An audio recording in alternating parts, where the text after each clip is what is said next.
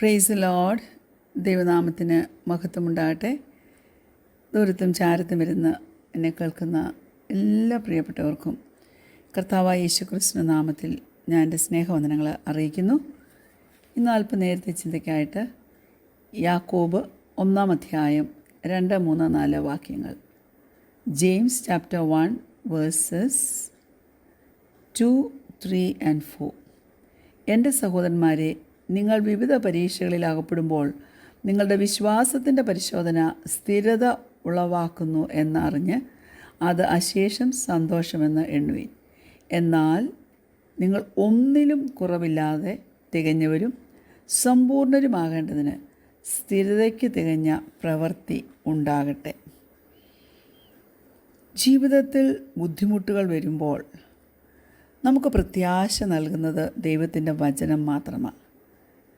കാരണം വചനം മൂലം നമ്മുടെ ഉള്ളിൽ ചില നല്ല ശുഭാപ്തി വിശ്വാസങ്ങൾ, ചില വാഗ്ദത്തങ്ങളിലുള്ള ഉറപ്പ് വർദ്ധിക്കും. എന്നാൽ ചില സംഗതികൾ വളരെ ടഫായിട്ട് നമുക്ക് തോന്നും. നമ്മുടെ ജീവിതത്തിൻ്റെ ചില ദിവസങ്ങൾ ടഫസ്റ്റ് മൊമെൻറ്റ്സായിട്ട് നമുക്ക് തോന്നും. പക്ഷെങ്കിൽ അങ്ങനെയുള്ള ആ സമയങ്ങൾ ദൈവം ഉപയോഗിക്കുന്നത് എന്തിനാണെന്നറിയാമോ? നാം ഏത് വിധത്തിലുള്ള ഒരു വ്യക്തിയായി തീരണമോ ആ വ്യക്തിയായി തീരത്തക്കവണ്ണം നമ്മെ അത് ഷേപ്പ് ചെയ്ത് എടുക്കും. ഒന്ന് ഓർത്ത് നോക്കിക്കേ, ഹൈസ്കൂളിലൊക്കെ ആദ്യം ചെല്ലുമ്പോൾ, ക്ലാസ് തുടങ്ങുമ്പോൾ, അല്ലെങ്കിൽ പുതിയ കോളേജിൽ ഡിഗ്രി കോഴ്സൊക്കെ പഠിക്കുവാനായിട്ട് ചെല്ലുമ്പോൾ, അല്ലെങ്കിൽ എൻജിനീയറിങ്ങിന് ഒരു കോളേജിലേക്ക് തുടങ്ങുന്ന ആ സമയമൊക്കെ നമ്മളൊരിച്ചിരി ഇൻറ്റിമിഡേറ്റഡ് ആയിരിക്കും, അല്ലേ? ഭയപ്പാടെന്ന് ഞാൻ പറയുന്നില്ല, ഒരു ഭീതിയൊക്കെ കാണും. എന്നാൽ സമയം മുന്നോട്ട് പോകുന്തോറും നാം അവിടവുമായിട്ട് അഡ്ജസ്റ്റ് ചെയ്യും. കുറച്ച് കഴിയുമ്പോൾ യാതൊരു ഡിഫിക്കൽറ്റിയുമില്ലാതെ നമ്മൾ ആ സ്കൂളിലേക്ക് അല്ലെ ആ കോളേജിലേക്ക് സ്റ്റെപ്പിൻ ചെയ്യും. ഫസ്റ്റ് ഡേ പോലാണോ? അല്ല. അപ്പോൾ ആ ഫസ്റ്റ് ഡിഫിക്കൽറ്റി വന്നത് ആദ്യത്തെ ദിവസമാണ്. എന്നാൽ ആ ആദ്യത്തെ ദിവസമാണ് പിന്നീടുള്ള ദിവസങ്ങളെയൊക്കെ ഈസിയറായിട്ട് നമുക്ക് ആക്കി തന്നത്, അല്ലേ? ഞാൻ പറയട്ടെ, നമ്മൾ ഫേസ് ചെയ്യുന്ന ട്രയൽസൊക്കെ നമ്മുടെ ജീവിതത്തിൽ എൻഡ്യൂറൻസും ക്യാരക്ടറും കോൺഫിഡൻസും എല്ലാം ഉരുവാക്കി തരും. അതാണ് റോമാലേഖനത്തിൽ പറയുന്നത്. കഷ്ടത സഹിഷ്ണുതയും, സഹിഷ്ണുത സിദ്ധതയും, സിദ്ധത പ്രത്യാശയും ഉളവാക്കുന്നു എന്ന്. അപ്പോൾ നമ്മുടെ വിശ്വാസത്തിന് വിപരീതമായിട്ടുള്ള ചില സംഗതികൾ നമ്മുടെ ജീവിതത്തിന് നേരെ കടന്നു വരുമ്പോൾ നമുക്ക് തന്നെ തോന്നും നമ്മൾ പേഴ്സിക്യൂട്ടഡായി പോവുകയാണോ എന്ന്. പക്ഷേ നമ്മൾ സ്ട്രോങ്ങർ ആകുവാൻ, യേശു കർത്താവിൻ്റെ ഒരു പൂർണ്ണ ശിഷ്യയായി തീരുവാൻ അത് നമ്മെ സഹായിക്കും. There is a purpose that God can redeem in us, even the hardest of situations. അപ്പോൾ ഈ ചലഞ്ചസ് ഒക്കെ നമ്മുടെ ജീവിതത്തിൽ വരുന്നത് നമ്മളെ ആത്മീയമായി പുഷ്ടിപ്പെടുത്തുവാൻ, വളർത്തുവാൻ ഇടയാക്കി തീർക്കും. Price God. നമ്മൾ വിശ്വാസത്തിൽ വളരണ്ടേ? അതിന് ഇതൊക്കെ മുഖാന്തരമാക്കി കർത്താവ് ഉപയോഗിക്കും. Praise God. ഒരു ബുദ്ധിമാനായ മനുഷ്യൻ ഒരിക്കൽ ഇങ്ങനെ പറഞ്ഞു, leave with the end in mind. അതായത് നിൻ്റെ അവസാനം ഓർത്തുകൊണ്ട് വേണം നീ ഓരോ ദിവസവും ജീവിപ്പാൻ. Leave with the end in mind. എന്തുവാ അതിൻ്റെ അർത്ഥമെന്ന് മനസ്സിലായോ? നമ്മളെപ്പോഴും ഓർക്കണം, തിരുവചനം ഓരോ സ്റ്റോറിയുടെയും അവസാനം എന്താണെന്നാണ് പറയുന്നത്. നമ്മൾ യുഗായുഗങ്ങളായി നമ്മുടെ ദൈവത്തോടുകൂടെ നാം വാഴുന്നല്ലേ. അപ്പോൾ നമ്മുടെ ചിന്താമണ്ഡലത്തിൻ്റെ ഏറ്റവും മുമ്പിൽ അവസാനം ഞാൻ എൻ്റെ കർത്താവുമായി സന്തോഷത്തോടെ നീണാൾ വാഴും, സ്വർലോകങ്ങളെ അവകാശമാക്കും, നിത്യത്തെക്കുറിച്ചുള്ളൊരു വലിയ കാഴ്ചപ്പാട് വരുമ്പോൾ നമ്മുടെ ജീവിതത്തിലെ എല്ലാ വഴികൾക്കും ഒരു വ്യത്യാസം കൊണ്ടുവരാൻ നമുക്ക് കഴിയും. വെളിപ്പാട് പുസ്തകം എഴുതിയത് യോഹന്നാന. ദൈവം അവന് കൊടുത്ത വിഷൻസ് എല്ലാം അവൻ പത്മോസ് ഐലൻഡിൽ ഭീതിപ്പെടുത്തുന്ന അന്തരീക്ഷത്തിൽ കിടന്നപ്പോൾ കർത്തൃദിവസത്തിൽ ആത്മവിവശനായി. ദൈവം അവനെ പല കാര്യങ്ങൾ കാണിച്ചു കൊടുത്തു, പഠിപ്പിച്ചു കൊടുത്തു. Praise God.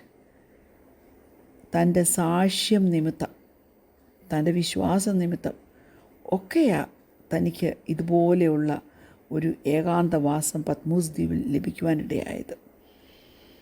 John personally knew what intense persecution was like. അവനത് അനുഭവിച്ചതാണ്. Praise God. എന്നാൽ ഞാൻ പറയട്ടെ, ആരും കാണാത്ത, ആരോടും ദൈവം റിവീൽ ചെയ്യാത്ത പല കാര്യങ്ങൾ യോഹന്നാന് ദൈവം റിവീൽ ചെയ്തു കൊടുത്തു. യേശുവിനെ ഫോളോ ചെയ്ത ഒത്തിരി പേരുണ്ടായിരുന്നു.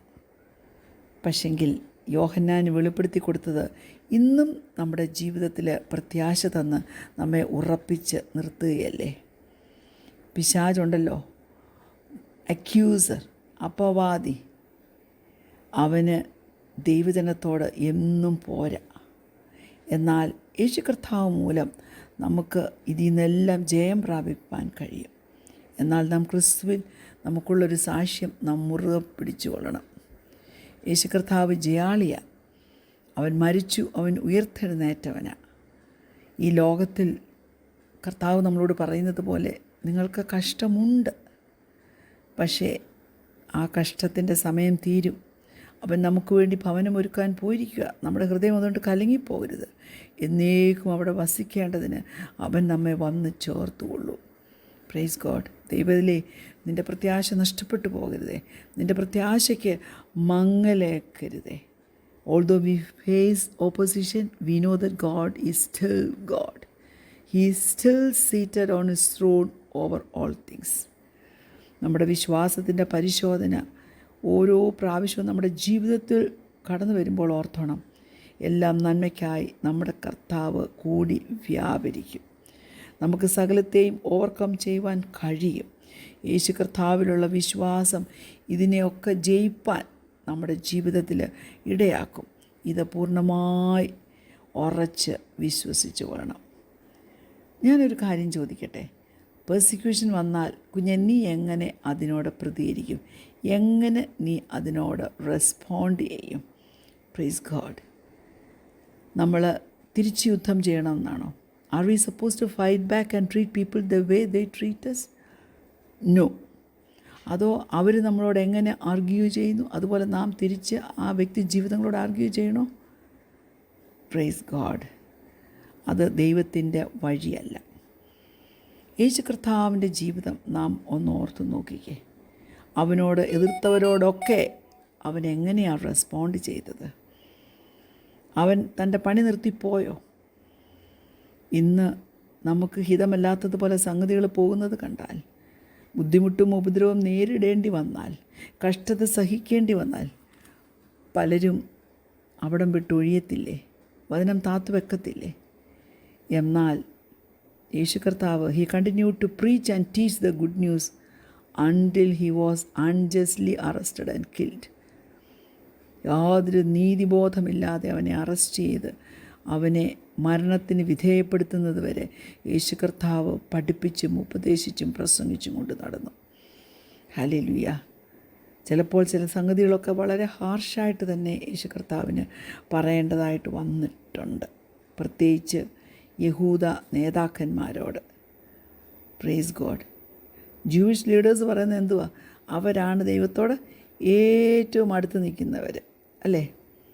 പക്ഷേ വാഗൊണ്ട് അവർ ദൈവത്തെ സ്തുതിക്കും, പക്ഷേ ഹൃദയം കൊണ്ട് അവർ മനപ്പാട കൽപ്പനമാക്കിയ കാര്യങ്ങൾ വെറുതെ ജൽപ്പനം ചെയ്തുകൊണ്ടിരിക്കും.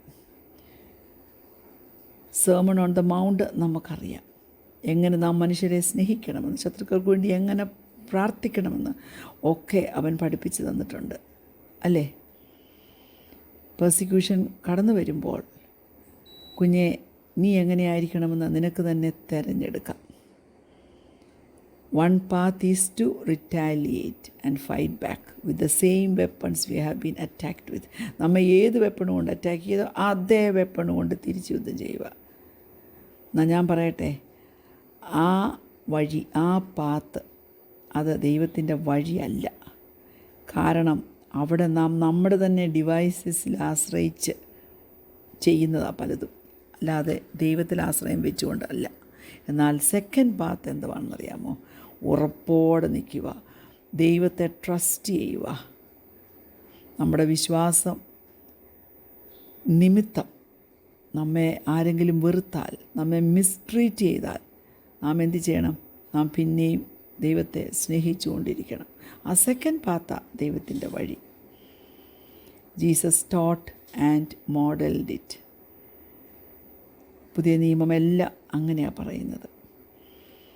അതുകൊണ്ട് നമ്മൾ റെസ്പോണ്ട് ചെയ്യുന്നത് എങ്ങനെയെന്ന് മനസ്സിലാക്കി, ഏത് ഓപ്പോസിഷനിലും, ഏത് സ്ട്രഗിൾസിലും, ഏത് പേഴ്സിക്യൂഷനിലും ദൈവഹിതത്തിന് ഏൽപ്പിച്ചു കൊടുത്തുകൊണ്ട് മുന്നോട്ട് പോകുവാൻ സ്വർഗം ഏവരെയും സഹായിക്കട്ടെ. കണ്ണുകളടയ്ക്കാൻ പ്രാർത്ഥിക്കാം. കർത്താവെ, ഞങ്ങൾ നിന്നെ സ്തുതിക്കുന്നു, സ്തോത്രം ചെയ്യുന്നു. നിൻ്റെ നാമത്തിന് ഞങ്ങൾ മഹത്വം കരയറ്റുന്നു. ഞങ്ങളെ നടത്തുന്ന വഴികൾക്കായി സ്തോത്രം പിതാവേ. നീ കാണിക്കുന്ന ദയയ്ക്കായി സ്തോത്രം. ഉറച്ചു നിന്ന് വീര്യം പ്രവർത്തിക്കുന്ന ദൈവത്തിൻ്റെ മക്കളായി നിന്ന്, ഉറപ്പുള്ളവരും കുലുങ്ങാത്തവരും നിർമ്മതരുമായി നിന്ന് ഈ ലോകത്തിലെ കഷ്ടങ്ങളുടെ മേൽ ജയമെടുപ്പാൻ തക്കവണ്ണം, നിത്യത പ്രാപിക്കുന്നതുവരെയും വിശ്വസ്തയോടെ ഓടുവാൻ തക്കവണ്ണം നീ ഞങ്ങളെ സഹായിക്കണമെന്ന് പ്രാർത്ഥിക്കുന്നു. പ്രാർത്ഥന കേട്ടതിനാൽ സ്തോത്രം. യേശുവിൻ്റെ നാമത്തിൽ തന്നെ ആമേൻ. Praise the Lord. God bless.